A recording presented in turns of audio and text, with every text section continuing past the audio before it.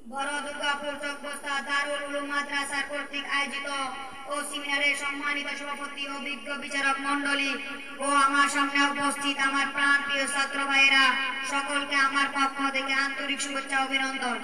আমাকে আজকে মাদ্রাসা থেকে যে বিষয়টি দেওয়া হলো, সে বিষয়টি হলো জিহাদ, যুদ্ধ ও সন্ত্রাসবাদের শুরু পূর্ণচর। সে বিষয় নিয়ে সংক্ষেপে কিছু কথা বলবো।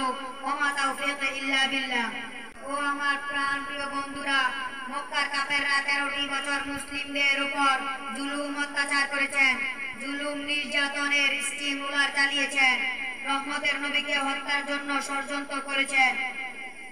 জানের সেই শত্রুদের সঙ্গে যুদ্ধ সংঘাতের পরিবর্তে রহমতের নবী করুণা কামনায় আল্লাহর কাছে প্রার্থনা করেন।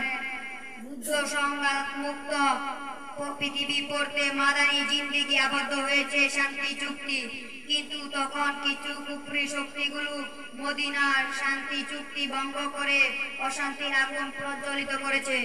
তখন মানুষের উপর আবার বন্দি মেতে উঠেছে, কিন্তু তখন নবীজিকে আবার বাধ্য হয়ে যুদ্ধ করতে হলো।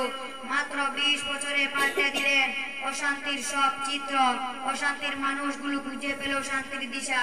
লক্ষ্য করুন ঐতিহাসিক বদর যুদ্ধের দিকে। ইসলামের বিরুদ্ধে ব্যবহৃত সম্পদ বেচে হত্যা করে আবু সুফিয়ান তিনার পিছু নিলেন কিছু সাহাবায়ে কেরাম, কিন্তু তাদের কোনো উদ্দেশ্য ছিল না। কিন্তু এমন টামে সুযোগ বুঝে মক্কার কিছু কাফেররা ঝাঁপিয়ে পড়লেন মক্কার উপর।